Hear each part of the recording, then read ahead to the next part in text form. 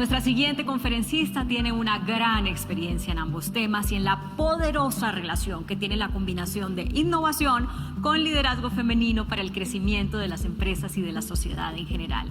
Bienvenida, señora María Paula Duque. Ella es codirectora de FTI Consulting Colombia. Es un gusto tenerla en AES Week Colombia.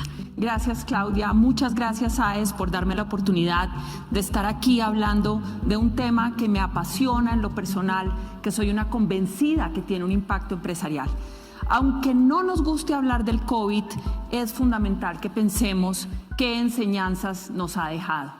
La pandemia se ha encargado de abrir, de hacer conciencia en muchos temas que antes no veíamos, y el primero de ellos es el rol del liderazgo femenino en una situación de crisis. Estas mujeres que ustedes ven acá son primeras ministras que han sido consideradas exitosas en las estrategias que han llevado de la pandemia. Unos ejemplos sencillos, ustedes seguro han oído hablar de ellas. La primera ministra de Alemania, Angela Merkel, capaz de pararse al mes de la pandemia enfrente a su país y hacerles un llamado desde la transparencia, desde la realidad. Su frase fue: estamos enfrentando un momento tan difícil como lo fue la Segunda Guerra Mundial. Luego está la primera ministra de Taiwán. 142 medidas para tratar de evitar que el COVID llegara a su país. Y no solo esto, sino que además mostró abiertamente los correos donde se evidenciaba que la evidencia del COVID estaba, que era una realidad, de manera abierta y transparente a su país. Una que a mí me conecta por el cómo lo hizo, la primera ministra danesa.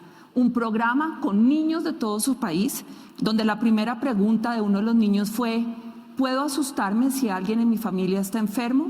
En menos de 2 meses logró abrir las escuelas de su país y permitir la presencialidad en las escuelas.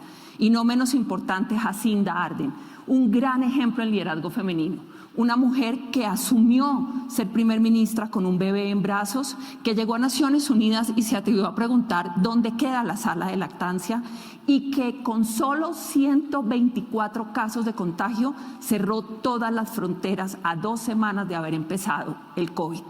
En mayo, la revista Forbes publica un artículo que dice qué han hecho diferente, cómo se han atrevido a enfrentar esta pandemia de una manera distinta. Y la conclusión fundamental es sus atributos femeninos, su capacidad de enfrentar la pandemia con formas diferentes de liderar es lo que las hizo diferentes. Luego se fue sofisticando y aparecieron memes donde se comparaban las líderes femeninas y las masculinas. Y estamos acostumbrados a pensar en una dicotomía, en es o el yin o el yang, o lo femenino o lo masculino. Y de pronto no hay que escoger, de pronto hay que complementar, de pronto hay que jalar esos atributos femeninos que han innovado en el cómo y no en el qué, y esos atributos que todos podemos tener, pero que a veces escondemos. Decidimos no traer a nuestras empresas porque sentimos que podemos ser débiles. Muchos hombres tienen estos atributos y temen exponerlos.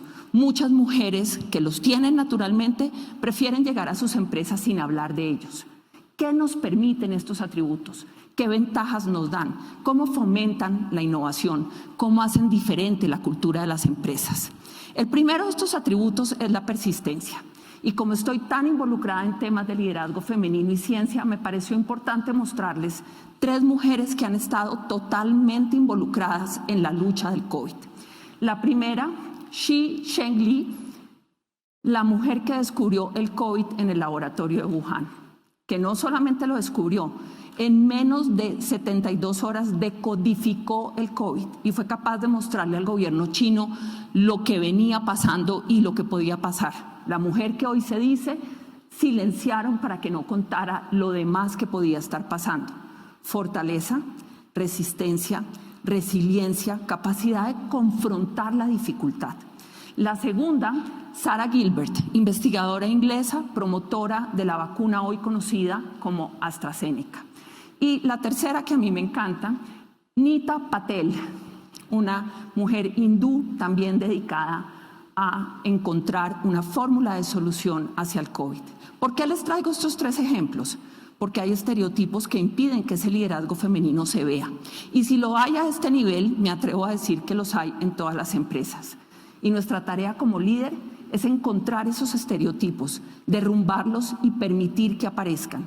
Mucho se dice que hay pocas mujeres en la ciencia, es verdad, pero cuando hay y la pandemia las pone con la luz, las muestra, eso permite abrir el camino a más mujeres innovando, a más mujeres haciendo las cosas diferentes. Déjenme hablarles de esta mujer que me tiene, por decirlo de alguna manera, obsesionada. No sé si ustedes han oído hablar de que el Reino Unido hoy es un ejemplo en la estructura de vacunación, el segundo país después de Israel. El cerebro de esta operación es esta mujer, Kate Bingham, una mujer dedicada a capital de riesgo, que había trabajado en farma toda su vida, nunca en el sector público. En esa entrevista en el Financial Times, ella cuenta que cuando Boris Johnson la llamó a decirle que liderara el grupo de combate, como lo llamaban, contra el COVID, lo primero que ella le dijo es: sí, yo acepto, pero me deja trabajar tranquila. Yo me encargo de conseguir las vacunas para el Reino Unido. Y llamó a todos sus contactos en la industria de farma y contrató vacunas para toda la población del Reino Unido, partiendo de algo que anticipa y que está en los documentos del Task Force, y es que con el Brexit el Reino Unido no iba a tener acceso a las vacunas como los demás países de la Unión Europea. Ha estado expuesta a críticas. Le han dicho que ella se ha encargado de usar su relacionamiento de banca de inversión para favorecer a algunos laboratorios.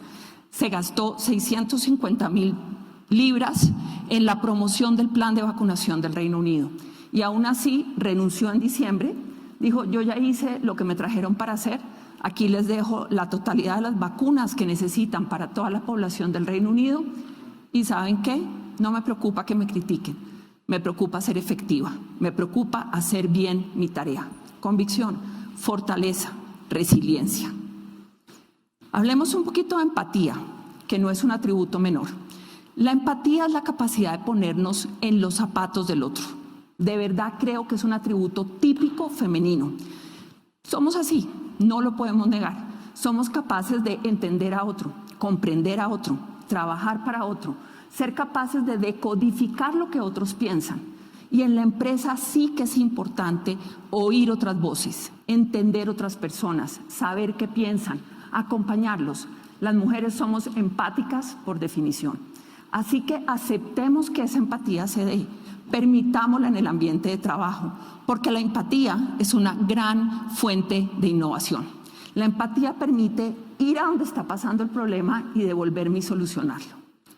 Otro aprendizaje del COVID, la confianza. No hemos tenido otra opción que confiar. No ha quedado otro remedio que confiar. Yo pasé muchos años de mi vida en tecnología tratando de convencer a presidentes de empresas de que el teletrabajo, o como se llama hoy, el trabajo en casa, funcionaba.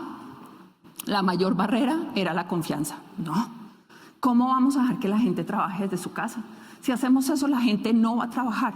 Y la pandemia de un día para otro activó nuestra confianza y nos dijo: crean en que sí son capaces de trabajar desde sus casas.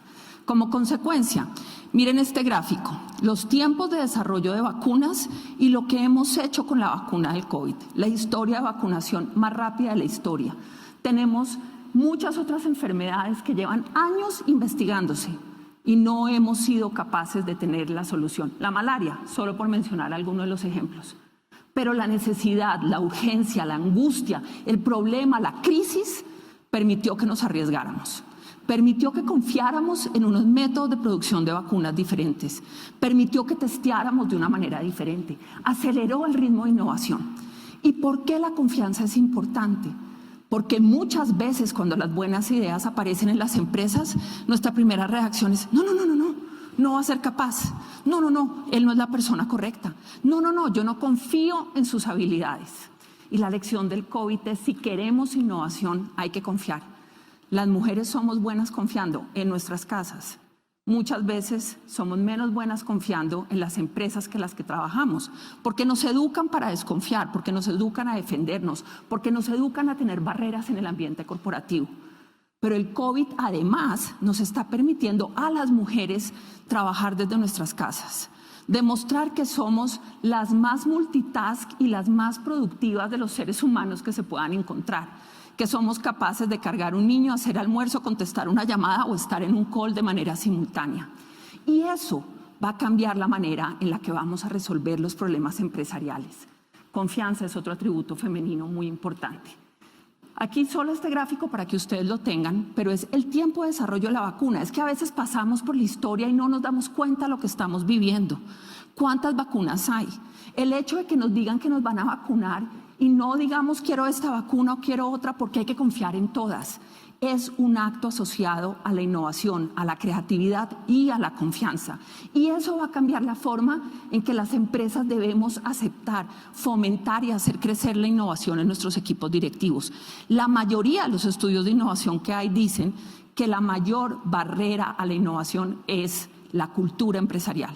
No es no tener los mecanismos, no es no oír las buenas ideas, es nuestra capacidad de abrirnos y decir sí. ¿Cuántas veces, piensen por un minuto, cuántas veces alguien en su equipo directivo, en su empresa se acerca con una buena idea? Y cómo nosotros casi que automáticamente pensamos en todo lo que puede salir mal. No, pero, no, sí, pero ¿qué tal qué? No, si queremos innovación, tenemos que dejar que la idea fluya. Y a sumarle un par de ideas más, equivócate y equivócate rápido, testéala y testéala rápido, no te demores mucho sabiendo si es la idea correcta o no.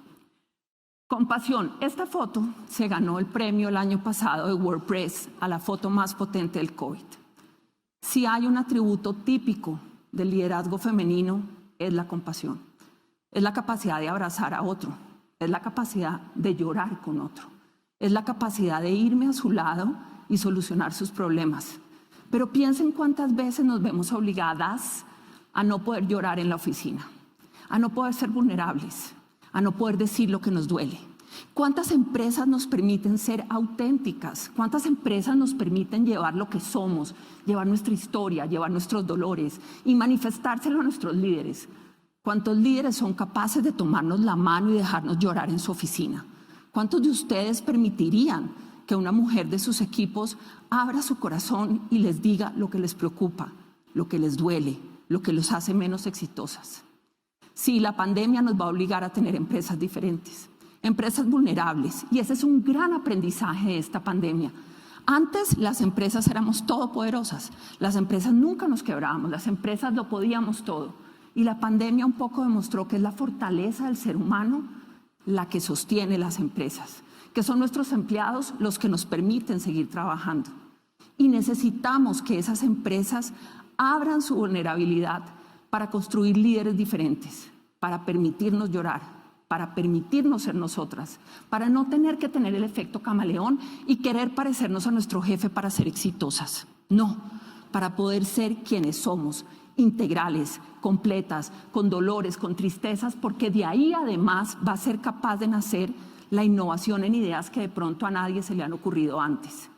Una de las razones más fuertes de por qué tener mujeres en el mundo directivo es nuestra capacidad de leer el entorno, nuestra capacidad de buscar oportunidades de mercado. Nos pasamos la vida entendiendo el cerebro masculino, con nuestros hijos, con nuestros maridos, con nuestros padres, con nuestros hermanos. Entendemos no solo cómo pensamos nosotras, sino cómo piensan otros. Pensamos en el impacto de los productos en el mercado, pensamos en el porqué de nuestros productos en el mercado. Compramos pensando en la reputación de las empresas, compramos pensando si esa empresa actúa bien, mal o regular. Nuestra capacidad de entender el mercado, de comprenderlo y de traerlo a la empresa es distinta. Y eso es lo primero que las empresas deben entender, deben abrazar, deben reconocer y deben permitir que sea un elemento de co-creación para la diversidad. Un ejemplo pequeño. Best Buy en Estados Unidos descubrió que la gran mayoría de sus compradores son las mujeres. Un dato, el 80% del consumo del mundo es decidido por mujeres, con ingresos propios o de terceros. ¿Qué hizo Best Buy? Cambió la distribución de sus tiendas. Entendió que aunque el producto final pueda ir a alguien diferente, la mayoría de las mujeres van a sus tiendas y necesitan una orientación distinta. Necesitan una ubicación de los productos distintos, necesitan sentarse y hablar con el asesor y entender la diferencia entre un producto y otro. No necesariamente llegar preguntando por el cable adaptador USB-C o el cable USB, sino sentarse y tener una conversación. ¿Cuál es mejor? ¿Por qué debo escoger o no? Fíjense que ese pequeño detalle es una innovación en el cómo, no en el qué. El cómo cambia, la tienda cambia, la distribución de la tienda cambia, pero el qué sigue siendo el mismo. Soy una tienda de electrónicos. Este ejemplo del COVID, a mí, no sé si ustedes lo han visto, me conecta profundamente. Las manitos del amor. Así nacen las ideas. Una enfermera en Brasil se dio cuenta o pensó que sus pacientes lo que más necesitaban mientras estaban en cuidados intensivos era una mano sosteniendo su mano. El simple ejercicio de estar en cuidados intensivos y sentir el calor de alguien que sostenga tu mano. A la hora del almuerzo oye la conversación y llega a cuidados intensivos y dice, yo no creo que funcione, pero ¿por qué no lo intentamos?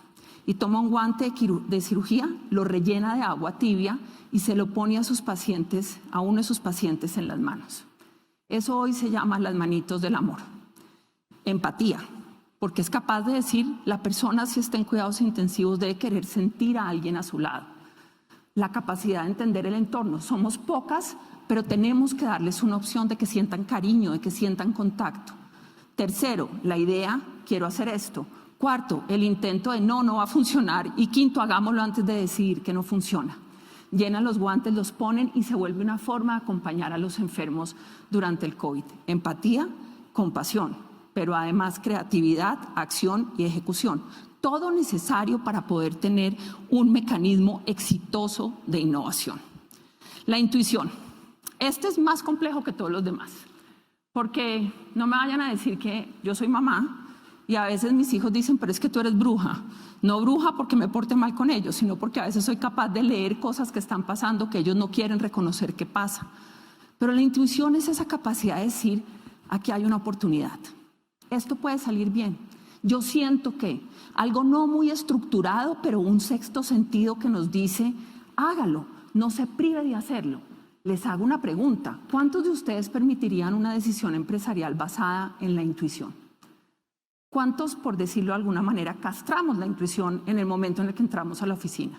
Tenemos que ser racionales, tenemos que tener Excel, tenemos que tener casos de negocio, tenemos que medir el ROI, la capacidad de llegar al mercado, la capacidad de desarrollo del producto. Y la intuición va en contra de eso. La intuición es esa sensación de aquí tengo que hacer algo, aquí hay una oportunidad. ¿Y cuántas veces la permitimos salir? ¿Cuántas veces la permitimos que haga parte de las conversaciones? ¿Cuántas veces permitimos que un empleado nos diga, mira, yo creo que aquí hay una oportunidad? ¿Por qué? Y pues no sé. Siento que vi algo hoy que nos puede servir. Siento que ahí hay un nuevo producto. ¿Qué pasaría si hacemos esto? ¿Qué pasaría si lo hacemos diferente? Y nuestra mente empresarial automáticamente cierra la compuerta. No. Tráeme la evidencia. No. Dime por qué. No permitimos que permee la organización. Intuición e innovación van de la mano. Leer el entorno, capturar lo que no está escrito, ver lo que nadie más ve, es algo que tenemos que permitir que pase en las empresas. No podemos quedarnos sin permitir que suceda. Así que mi invitación es, sí, abracemos a las brujas que caminamos por los corredores, pero las brujas porque somos capaces de leer lo que está pasando. Además, hay algo muy importante en eso y es la comunicación no verbal. La intuición dice, hay algo que pasa ahí que puede no ser positivo y tenemos que ser capaces de ponerlo sobre la mesa. La intuición lee los ambientes en las salas de discusión. La intuición guía las decisiones de los CEOs, pero normalmente nos quedamos callados y no hablamos explícitamente de ella. La intuición es un atributo que nos debería permitir leer el entorno de una manera diferente, anticipar los problemas, corregirlos y tratarlos de una manera radicalmente distinta. Comunicar. En la innovación y en el mundo femenino, comunicar es fundamental. Somos unas grandes, buenísimas comunicadoras. Tan buenas que muchas veces, no sé si ustedes vieron, este es un ejemplo que me duele, pero el que era el director de los Juegos Olímpicos de Japón dijo abiertamente que no contrataba más mujeres porque las mujeres hablábamos mucho y que si contrataba más mujeres sus reuniones iban a durar más tiempo. Adivinen qué le pasó. Lo cambiaron y nombraron a una mujer como directora de la organización de los Juegos Olímpicos. Está probado que no hablamos más. Está probado que hablamos apenas lo necesario en el ambiente empresarial.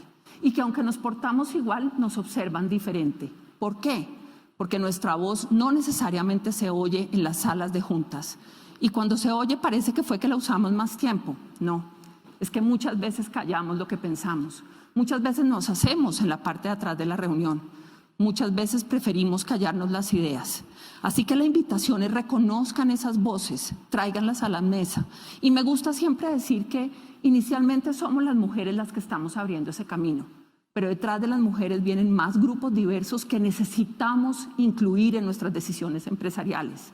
Grupos étnicos, grupos religiosos, grupos culturales, regiones diferentes. No pensamos igual. Nuestras empresas a veces son monocromáticas, casi que vestidos igual, hablando igual, discutiendo lo mismo. La diversidad fomenta innovación. La diversidad permite traer nuevas ideas a la mesa, pero de las empresas depende que encuentre un canal para hablar. Tan importante es en la innovación tener buenas ideas como comunicarlas bien. Y me devuelvo al ejemplo de Mette Frederik, la primera ministra danesa. ¿Cuántos primeros ministros creen ustedes o presidentes que dijeron arranquemos la conversación por los niños? Arranquemos por hacer un programa con los niños preguntando por qué le tienen miedo al COVID. Por los niños como agentes de cambio, porque esos niños que vieron ese programa van a sus casas y son los que promueven el cuidado de los mayores. Comunicar es parte fundamental de lo que es el liderazgo femenino, por una razón histórica y de pronto a veces desconocida. Y es que muchas de las discusiones que tenemos que dar, muchos de los espacios que las mujeres nos tenemos que ganar, lo hacemos a través de comunicar a otros, de hablar con otros, de siempre pensar el otro cómo va a recibir este mensaje. Así que permitan que en sus equipos haya esa comunicación. Llévense ese atributo de liderazgo femenino como parte del manual de innovación. Alguna vez en un artículo de innovación leí una frase que me gustó mucho. Las empresas están llenas de buenas ideas que nadie supo vender. Las empresas están llenas de buenas ideas que nadie dijo, yo tengo una idea. O no encontró el canal de comunicación para hacerla llegar a la parte más alta de la pirámide corporativa. Es tarea de la empresa diseñar esos canales. Es tarea de la empresa abrir los canales de comunicación. Es tarea del que tiene una buena idea ser capaz de comunicarla y venderla y no quedarse simplemente con ella guardada en un cajón. Influenciar. Influenciar es determinante. No hay CEO que sea CEO sin haber influenciado. Y me atrevo a retarlos y pedirles que todos los días por la mañana piensen a quién voy a influenciar hoy. ¿Con quién tengo que sentarme a convencerlo de una buena idea? ¿A quién tengo que venderle este proyecto? ¿A quién tengo que convencer de por qué hacerlo? Influenciar es el arte de dirigir en lo político, en lo público, en lo privado. Y de nuevo, las mujeres para llegar donde estamos en los ambientes directivos tenemos que influenciar. Muchas veces se nos castiga por eso. Muchas veces se habla mal de las mujeres que quieren influenciar. No voy a entrar en detalles, pero también hay muchos estereotipos asociados a cómo nos tenemos que mover en el mundo corporativo. Influenciar no es malo. Influenciar es saber usar lo mejor de nosotros para convencer a otro a una acción. Completamente ligado al liderazgo, completamente asociado a la capacidad de movilizar una empresa. Comunicación e influencia van de la mano. Las mujeres tenemos que influenciar desde bien chiquitas para muchas cosas. Si queremos montar en moto, tenemos que influenciar a nuestros papás para que piensen que las motos no son de hombres y que nosotras podemos montar en moto. Si queremos estudiar ingeniería, como los estudios reflejan, tenemos que convencer a nuestras familias de que la ingeniería no es un trabajo de hombres, que las mujeres podemos estar ahí. Si queremos ir a la NASA, tenemos que influenciar a todo el mundo, desde los papás hasta la NASA, para que nos reciban y nos permitan estar ahí. Influenciar hace parte de la forma como nos movemos en el mundo para conquistar espacios donde antes no habíamos estado. Así que cuando ustedes vean una mujer moviéndose, influenciando, permitan que pase. Cuando quiera vender una idea, cuando quiera influenciar su forma de analizar un problema, permitan que pase.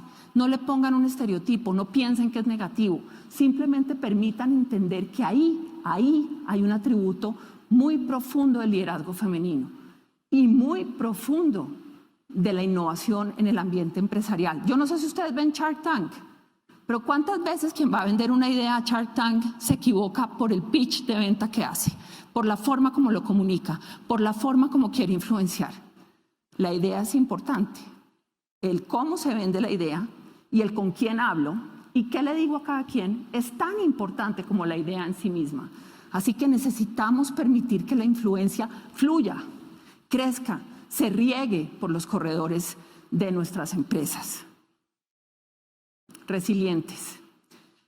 Nos ha tocado duro, bien duro.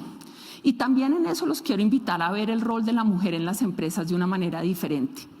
Hay varias generaciones de mujeres en el ambiente empresarial y hay que aprender a reconocer la historia de dónde vienen. Hay que aprender cómo han llegado a donde están. Hay que entender que el camino no ha sido fácil. Hay mujeres que muchas veces se ven agresivas. Hay mujeres que muchas veces se ven dominantes. Hay mujeres que muchas veces nos dicen somos talkatives, hablamos asertivamente o hablamos, por decirlo de alguna manera, con mucha pasión sobre algunos temas. Atributos que nunca he visto que se le digan a un hombre que hable igual que nosotras. Hay que grabarnos que nos portamos igual, pero las empresas nos observan diferente. Y que parte de lo que necesitamos son líderes que entiendan que nos ha tocado duro para llegar donde estamos. El techo cristal existe. Yo no sabía que existía y se lo reconozco. Yo en mi carrera nunca pensé que tuviera un techo de cristal. Hoy, después de dedicarme durante 15 años a estudiar el liderazgo femenino, veo el techo de cristal en muchas partes. Y lo veo porque muchas veces son las mismas empresas las que crean esos techos de cristal. Les voy a poner un ejemplo. En una discusión de liderazgo femenino un día, hablando de una mujer ingeniera que tenía que ir a una mina, su jefe me decía abiertamente, es que yo no la voy a mandar a una mina, yo no puedo mandar a esa mujer a trabajar a una mina. Yo me quedé mirando y le pregunté, ¿por qué no? Es que está embarazada. ¿Por qué no? Porque no la puedo exponer embarazada a trabajar en una mina. Y me acuerdo mucho que le dije, ¿de quién crees tú que es la decisión? ¿Es tuya o es de ella? ¿Quién debería tomar la decisión de la carrera? ¿La empresa o la persona? Permítanos llegar tan lejos como queramos. Permítanos conquistar espacios donde nadie más ha estado. Estar en el mundo corporativo requiere sacrificios de tiempo, modo y lugar. No necesariamente nos gusta estar lejos de los hijos o de nuestros papás o de nuestras mascotas o de nuestros hermanos o de nuestras tías. Sacrificamos tiempo personal para ser exitosas y no hay un mundo perfecto. Pero es la resiliencia llevada un poco a un ejemplo todavía más agresivo que es el de Malala, lo que permite que mujeres hoy ocupen cargos directivos muy, muy importantes. Sin embargo, solo el 5% de las CEOs de la Fortune 500 son mujeres. Menos del 17% de las mujeres, de las miembros de juntas directivas en Colombia son mujeres. Menos de 25 son las ministras de salud del COVID. Menos del 10% son los jefes de Estado hoy en día mujeres. Así que créanme, tenemos que ganarnos el espacio. Somos pocas y necesitamos ser más.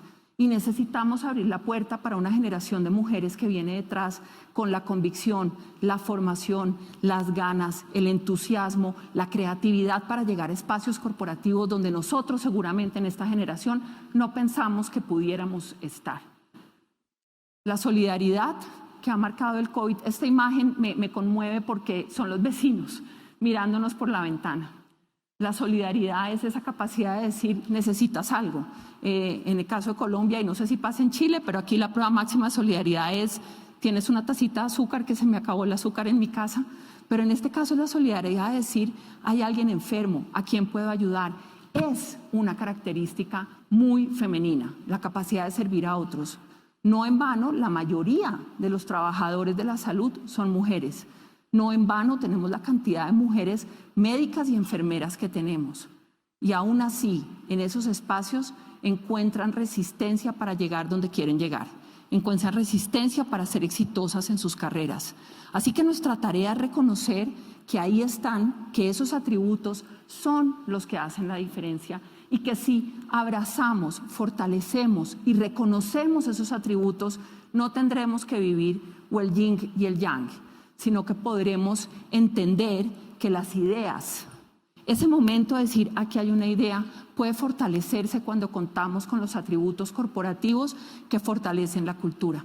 Que las mujeres nos permitimos hacer cosas diferentes a nivel empresarial para ser más creativas, para poder entregar mejores resultados, para poder llevar a la empresa la intuición, la empatía, la solidaridad, la comunicación, la influencia, sin tener que elegir ser una cosa o la otra.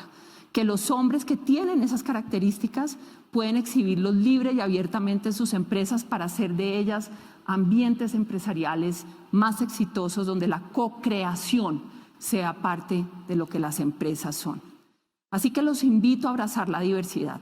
Los invito a pensar en la diversidad como una estrategia competitiva.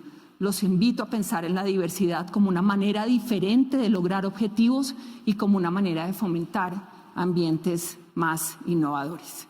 Muchas gracias.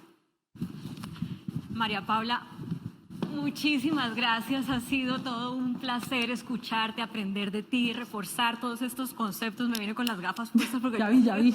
Necesito usar gafas, pero ya me van a ayudar aquí a recibirlas. Mira, tengo varias preguntas a propósito, bueno, que si pudiera hablar contigo más de una hora, pero tenemos unos minutos para solamente 2 o 3 preguntas. Tú al principio de la conferencia hablabas de todas estas mujeres líderes en el marco de la pandemia del COVID, pero a pesar de eso todavía vemos que cuando se trata de tomar decisiones de muy alto nivel, son un poco de hombres reunidos. Y en Colombia sí que lo vemos, y vemos esto de no más panels, no más paneles de solamente hombres hablando de cómo superar la crisis económica, etcétera, etcétera.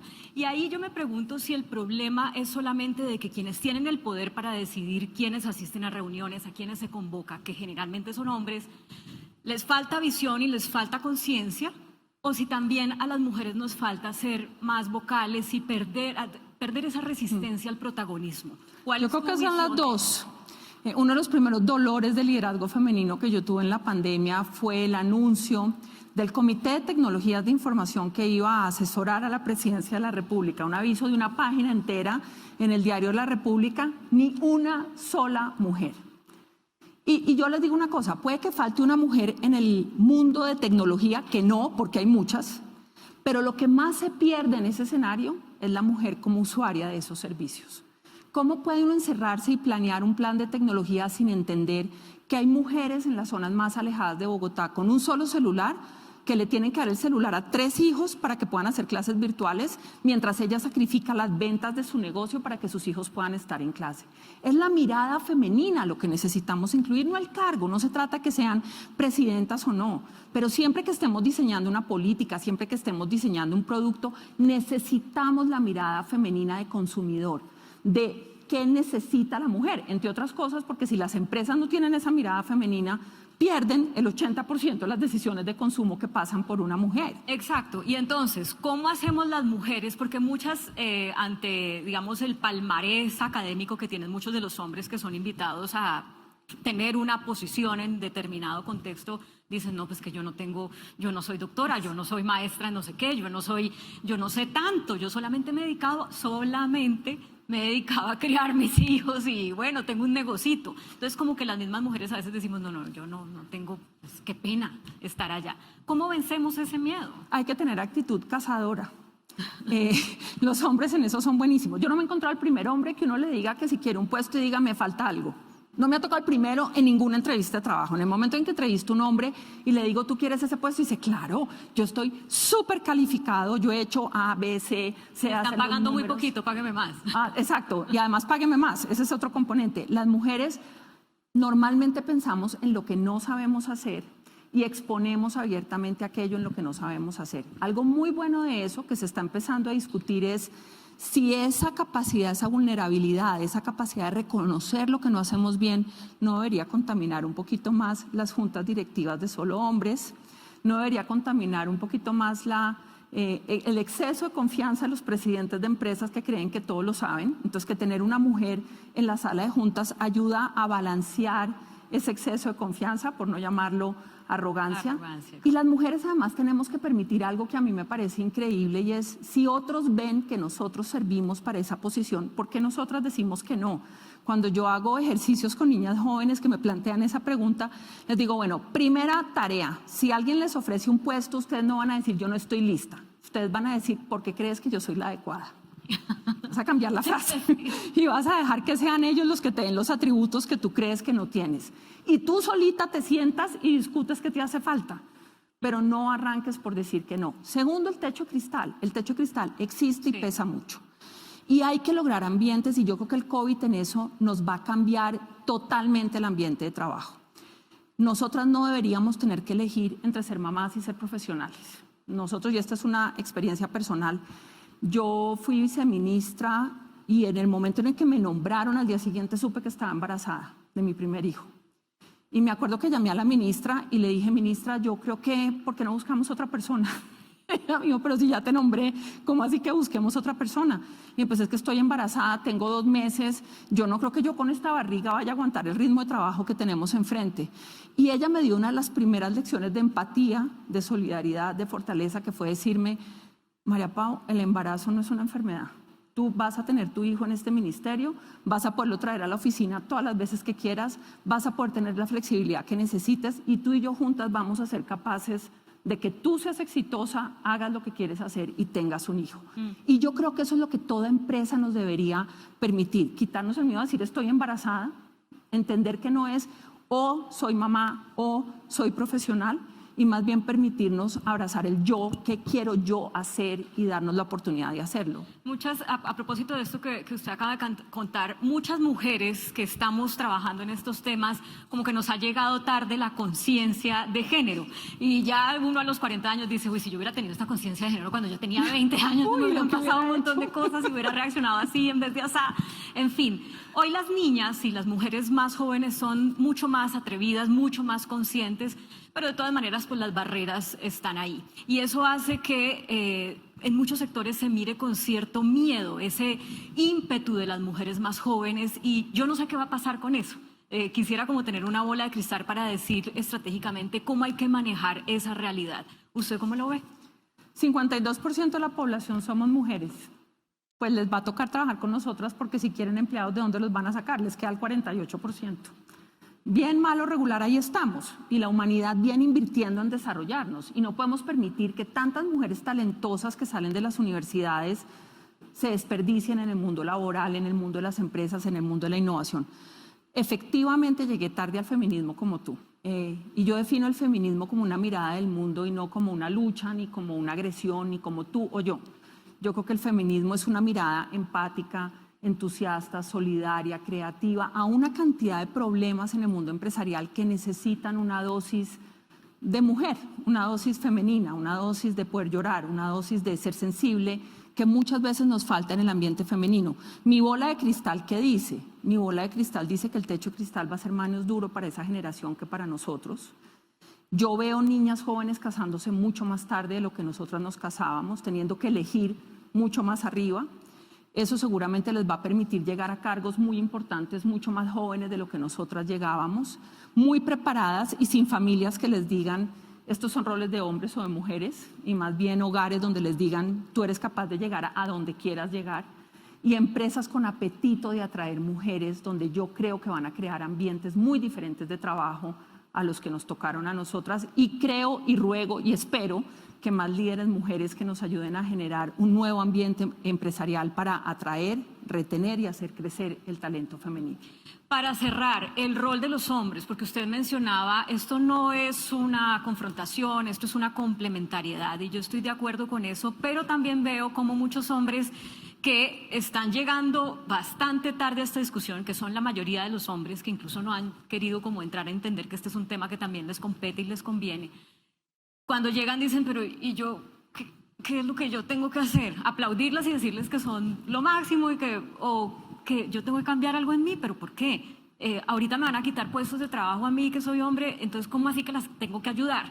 Es como un desubique muy comprensible, creo yo, de hombres seguramente como tus hijos, que así hayan visto una mamá súper empoderada, pues se enfrentan a un mundo donde las mujeres ya no son las que les tocaron a los hombres como nuestros esposos, por ejemplo. ¿Qué decirles a ellos? Yo tengo la teoría de que cada conversación cambia el mundo y que hay que ir hablando poquito a poco del tema, que hay que buscar aliados masculinos con una voz muy importante en el mercado que ayuden a demostrar el valor de trabajar con mujeres.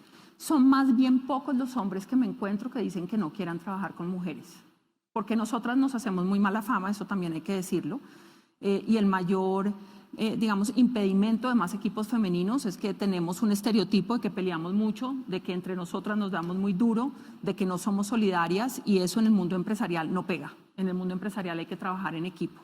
Pero necesitamos voces masculinas que encuentren estos atributos y reconozcan que valen la pena, y sobre todo que reconozcan que no son exclusivamente femeninos, porque muchos hombres los tienen, pero casi que el rol de la chaqueta de ser el presidente de la empresa los obliga a portarse de una manera diferente, a ser serios, adustos, distantes, como era mi papá, digamos, criado hace muchos años, que no podía mostrar la vulnerabilidad. Ese modelo de hombre también está cambiando en la medida en que todos vivimos una sociedad que está cambiando. Y yo honestamente los invitaría a conectarse con su ser femenino. Todos tenemos un ser masculino y un ser femenino. Dejen aparecer el femenino. Nosotras llevamos años tratando de dejar salir el masculino, el arrojo, la determinación, enfrentar los problemas, decir sí puedo. Nosotras los invitamos a ustedes a entender la solidaridad, la vulnerabilidad, las maneras de resolver problemas desde su ser femenino, y así todos podemos tener nuestro yin y nuestro yang y trabajar en un buen balance de los dos. María Paula, muchísimas gracias. Ha sido un placer enorme escucharla, por supuesto un gran aprendizaje y además una gran inspiración. Gracias, Claudia, y gracias, Aes, por esta invitación. Muchísimas gracias.